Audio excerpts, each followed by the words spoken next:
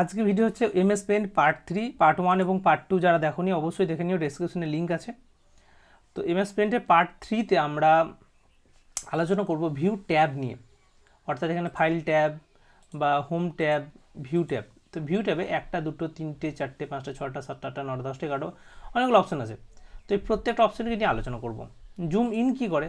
Zoom in এই ছবিটাকে zoom করতে সাহায্য করে, আর এটা জুম আউট মানে এটা তোমার মাইনাস করতে সাহায্য করে। আমরা ছবি এভাবে জুম করি, তো আমি একটু জুম করে নিলাম বা একটু জুম কমিয়ে দিলাম, এইভাবে আমরা জুম করতে পারি। জুম করার আরও একটা অপশান আছে, সেটা হচ্ছে এইখানটাতে এটাকে টেনে বড় ছোট করা হয়, দুটোতেই জুম করা হয়, ঠিক আছে।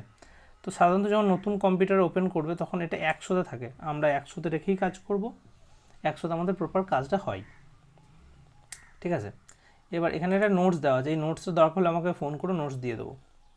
জুম এখানে বলছে জুম ইন জুম আউট, আর এটা হচ্ছে অরিজিনাল সাইজ, মানে ওই যেটা 100 সেটা আনা যায়, ঠিক আছে। এখানে তোমার ক্লিক করলে 100 হয়ে যাবে, ধরো জুম আউট করে দিলাম, এবার এটাকে আমি আর ফিরিয়ে আনতে পারছি না, তখন আমি 100তে ক্লিক করবো, আবার অটোমেটিক 100 হয়ে যাবে। তাহলে জুমের এই যে গ্রুপ, এই গ্রুপটা হয়ে গেল। এইবার আসছে রুলার। রুলার কি করে?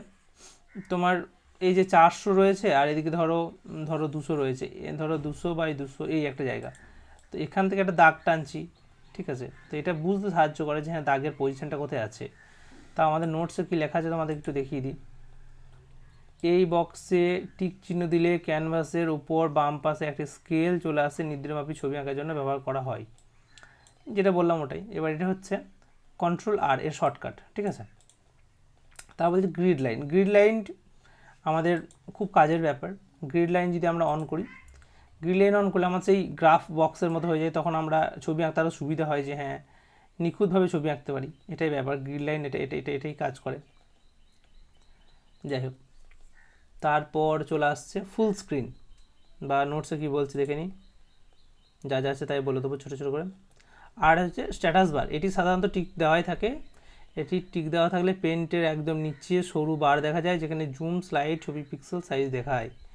এটা তো দেওয়া রয়েছে, আমি বলে দিচ্ছি। এই নিচেতে যে অপশানগুলো রয়েছে, এই ধরো জুম করছি বা এই জিনিসগুলো শো হাইড হয়, এখানে যে মানে আমাদের ডিসপ্লে সাইজ এগুলো সব দেখাচ্ছে, এটা অফ অন করলে তোমরা বুঝতে পারবে যে কী সুবিধা পাচ্ছ কী সুবিধা পাচ্ছ না।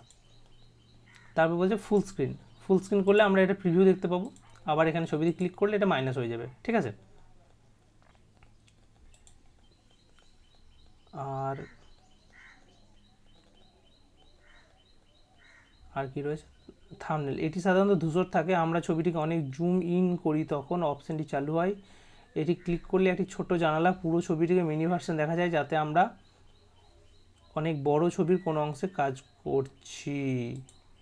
এটা যখন ছবিটাকে অনেক জুম করবো, ধরো zoom in zoom in zoom in করছি, দেখো থাম্বনেলটা এনেবেল হয়ে গেছে।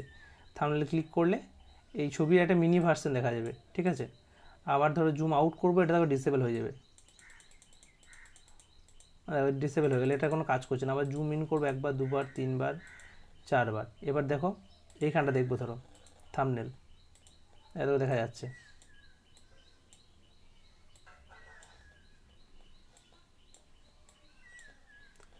ঠিক আছে। তো থাম্বনেলটা কেটে দিই।